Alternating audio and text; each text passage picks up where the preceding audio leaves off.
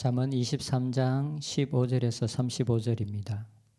내 아들아, 만일 내 마음이 지혜로우면 나 곧 내 마음이 즐겁겠고, 만일 내 입술이 정직을 말하면 내 속이 유쾌하리라. 내 마음으로 죄인의 형통을 부러워하지 말고 항상 여호와를 경외하라. 정령이 내 장래가 있겠고 내 소망이 끊어지지 아니하리라. 내 아들아, 너는 듣고 지혜를 얻어 내 마음을 바른 길로 인도할지니라. 술을 즐겨하는 자들과 고기를 탐하는 자들과도 더불어 사귀지 말라. 술 취하고 음식을 탐하는 자는 가난하여질 것이요 잠자기를 즐겨하는 자는 헤어진 옷을 입을 것임이니라. 너를 낳은 아비에게 청종하고 내 늙은 어미를 경히 여기지 말지니라. 진리를 사되 팔지는 말며 지혜와 훈계와 명철도 그리할지니라. 의인의 아비는 크게 즐거울 것이요 지혜로운 자식을 낳은 자는 그로 말미암아 즐거울 것이니라. 내 부모를 즐겁게 하며 너를 낳은 어미를 기쁘게 하라. 내 아들아, 내 마음을 내게 주며 내 눈으로 내 길을 즐거워할지어다. 대저 음녀는 깊은 구덩이요 이방 여인은 좁은 함정이라. 참으로 그는 강도같이 매복하며 사람들 중에 사악한 자가 많아지게 하느니라. 재앙이 네게 있느뇨, 근심이 네게 있느뇨, 분쟁이 네게 있느뇨, 원망이 네게 있느뇨, 까닭 없는 상처가 네게 있느뇨, 붉은 눈이 네게 있느뇨. 술에 잠긴 자에게 있고 혼합한 술을 구하러 다니는 자에게 있느니라. 포도주는 붉고 잔에서 번쩍이며 순하게 내려가나니 너는 그것을 보지도 말지어다. 그것이 마침내 뱀같이 물 것이요 독사같이 쏠 것이며 또 내 눈에는 괴이한 것이 보일 것이요 내 마음은 구부러진 말을 할 것이며 너는 바다 가운데에 누운 자 같을 것이요 돛대 위에 누운 자 같을 것이며 내가 스스로 말하기를 사람이 나를 때려도 나는 아프지 아니하고 나를 상하게 하여도 내게 감각이 없도다. 내가 언제나 깰까 다시 술을 찾겠다 하리라. 아멘. 잠언 10장부터 22장 16절까지는 우리가 이때까지 계속적으로 살펴보았는데 단편 경구들을 모아놓은 것이었습니다. 일상생활의 생활 속에서 어떻게 살아가야 할 것인가에 대한 지혜로운 글들이 한 절 한 절 기록되어져 있었습니다. 어떤 경우는 대조법을 이용하여서 말하기도 하고, 그리고 어떤 경우는 앞에 부분을 강조하는 대꾸법을 사용하여서 사용한 표현들도 있었습니다. 그런데 이제 토요일부터 묵상한 22장 17절부터는 지혜로운 자들이 짧게 기록한 지혜로운 글들이 기록되어져 있습니다. 이제까지는 한 절 한 절이 문맥과 상관없이 독립적으로 기록되어져 있었습니다. 그런데 이제 우리가 22장부터는 짧게는 2절 그리고 많게는 7절에 이르는 지혜로운 글들이 함께 모여져 있습니다. 10장부터 22장까지는 보통 표현들이 어떤 뭐뭐이다라는 어떤 그런 설명을 주로 이루고 있습니다. 가령 21장 2절에는 사람의 행위가 자기 보기에는 모두 정직하여도 여호와는 마음을 감찰하시느니라. 어떤 진리에 대한 설명이 주를 이루고 있습니다. 어떤 것은 어떤 것이다라는 표현입니다. 하지만 22장 17절부터는 명령형으로 기록되어져 있습니다. 먼저는 어떻게 행할 것인지에 대해서 명령을 하고, 그리고 그 후반부부터는 왜 그렇게 행해야 되는지에 대한 그 이유를 다루고 있습니다. 오늘 본문 17절 18절을 보면 이렇게 기록되어져 있습니다. 내 마음으로 죄인의 형통을 부러워하지 말고 항상 여호와를 경외하라. 정령이 내 장래가 있겠고 내 소망이 끊어지지 아니하리라. 17절은 명령을 하고 있습니다. 그리고 18절에는 그 명령을 한 이유를 설명하고 있습니다. 악인의 형통을 부러워하지 말고 항상 여호와를 경외하라. 이것이 바로 명령입니다. 그리고 그 이유는 정령이 내 장래가 있겠고 내 소망이 끊어지지 아니하리라. 이것이 이유입니다. 내 장래가 있겠고 내 장래가 망하지 않을 것이며 내 소망이 끊어지지 않을 것이기 때문에 악인들을 부러워하지 말고 여호와를 경외하는 삶을 살아라라고 말하고 있습니다. 성경은 우리들에게 악인들의 형통을 부러워하지 말라라고 말하고 있습니다. 이것은 오늘 본문뿐만 아니라 잠언의 다른 곳에서도 몇 번에 걸쳐서 나오고 있는 부분이고 성경의 전반적인 많은 곳에서 악인들의 형통함에 대해서 우리가 어떤 태도를 가져야 될지에 대해서 성경이 말하고 있습니다. 여기서 부러워하다, 악인들의 형통을 부러워하지 말라라고 말할 때 이 부러워하다라는 말은 시기하다, 질투하다, 그리고 그것을 얻기 위해서 열심을 내다라는 의미를 가지고 있습니다. 창세기에 보면 야곱의 아내 라헬과 레아의 이야기가 나옵니다. 라헬은 아기를 임신하지 못했고 그의 언니 레아는 많은 아이들을 임신했습니다. 그래서 라헬은 항상 레아를 시기했습니다. 레아를 보면서 부러워하고 그리고 자기 자신도 아기를 놓기를 원했습니다.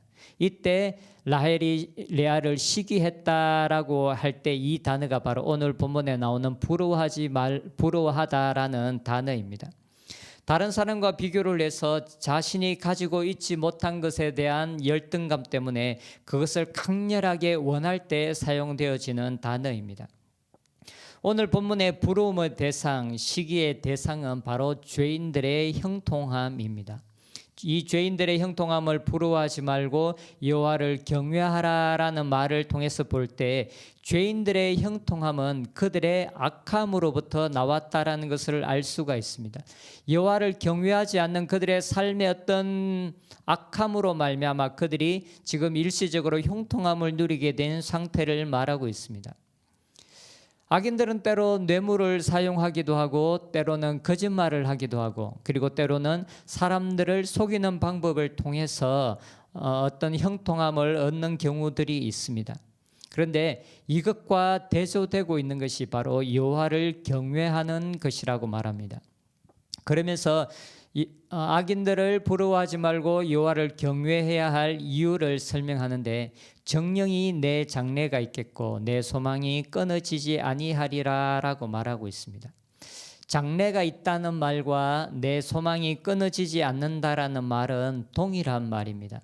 동일한 말을 한편으로는 네 장래가 있겠고라고 긍정문으로 표현하고 한편으로는 네 소망이 끊어지지 않을 것이다라는 부정문을 통해서 사용하고 있습니다. 동일한 말을 긍정문과 부정문을 통해서 함께 사용함으로 이 표현을 강조하고 있습니다. 그리고 맨 앞에 정령이라는 말을 통해서 하나님께서 여호와를 경외하는 자들, 하나님을 의지하며 여호와를 경외함으로 하나님의 말씀대로 살아가는 자들의 미래를 책임져 주실 것이고 그들의 소망이 끊어지지 않고 그들의 소망이 이루어질 것에 대해서 거듭 강조하고 있습니다. 악인의 길을 걷지 않고 여호와를 경외하는 자들의 미래를 책임져 주시는 분이 계십니다. 하나님께서 인생을 책임져 주시고 그들의 소망을 이루어 주신기 때문에 우리는 악인들을 따르지 말며 하나님을 경외하는 삶을 살 것을 하나님께서 성경은 명령하고 있습니다. 이런 하나님께서 하나님의 백성들을 책임져 주시는 삶은 내세뿐만 아니라 지금 우리가 살아가는 이 땅에서도 분명한 여전한 진리입니다. 우리가 한순간만 본다면 악인들의 길이 형통한 것처럼 보일 때가 많은 것이 사실입니다. 때로 악인들은 어떤 문제를 해결하기 위해서 뇌물을 사용하기도 합니다. 잠언에서도 말하는 것처럼 뇌물은 사람의 마음을 움직이는 힘이 있습니다. 그래서 어려운 문제도 때로는 쉽게 해결할 수 있는 것이 뇌물이기도 합니다. 그래서 악인들은 많은 경우 이 뇌물을 사용합니다. 그리고 때로는 악인들은 공평하지 않은 툴을 사용하여서 정직한 자들보다 단기간에 더 많은 이익을 얻는 것이 사실입니다. 하지만 우리는 우리의 모든 것을 살펴보고 계시는 심판자가 있다는 것 또한 분명하게 기억해야 합니다. 베드로전서에서는 외모로 보시지 않고 각 사람의 행위대로 심판하시는 이를 너희가 아버지라 부른즉 너희가 나그네로 있을 때를 두려움으로 지내라라고 말하고 있습니다. 베드로는 우리가 믿는 하나님을 행위대로 심판하시는 이라고 말하고 있습니다. 왜 우리가 악인들을 부러워하지 않아야 됩니까? 왜 우리가 악인들을 부러워하면서 악인들의 행한 대로 살아가면 안 되는 것입니까? 왜냐하면 각 사람의 행위대로 심판하시는 분이 계시기 때문에 그렇습니다. 우리가 믿는 하나님은 우리의 행한 대로 우리를 행한 대로 심판하시는 하나님이십니다. 우리가 행한 악한 일에 대해서는 심판이 있고 악인들이 행한 악한 행동에 대해서는 분명한 심판이 있기 때문에 그렇습니다. 그래서 우리가 악인들을 부러워하면서 그들을 따라가려고 하는 그 마음을 버려야 합니다.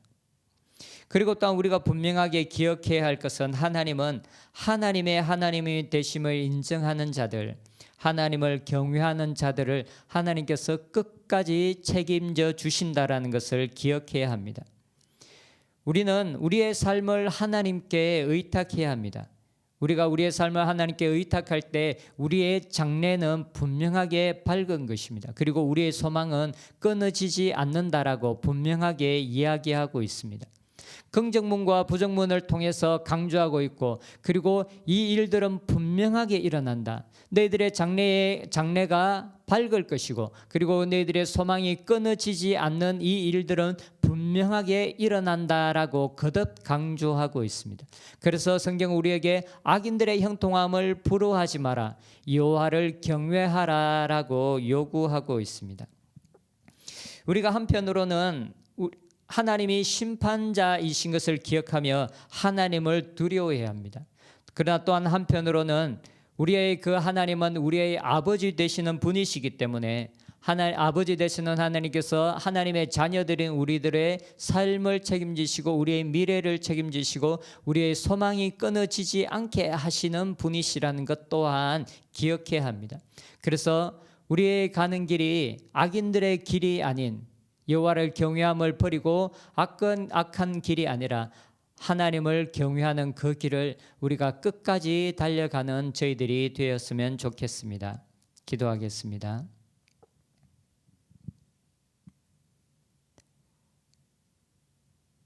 악인들의 형통함을 부러워하지 말라고 하신 주님, 그렇습니다. 하나님은 각 사람이 행한 대로 심판하시며 각 사람이 행한 대로 갚아주시는 하나님이십니다. 이 땅에서 행한 악함에 대해서는 분명한 심판이 있을 것입니다. 하나님, 우리가 그 하나님을 두려워하며 하나님을 경외하는 삶을 살게 하여 주시옵소서. 우리의 눈이 조금이라도 악한 자의 형통을 부러워하거나 시샘함으로 그 길을 따라가려고 하지 않게 하여 주시고, 오직 심지가 견고한 자가 되어 하나님을 경외하는 하나님의 말씀에 순종하는 삶을 살게 하여 주시옵소서. 그리하여 하나님께서 우리의 장래를 책임지시고 우리의 소망이 이루어지는 것을 보게 하여 주시옵소서. 예수님의 이름으로 기도드립니다. 아멘.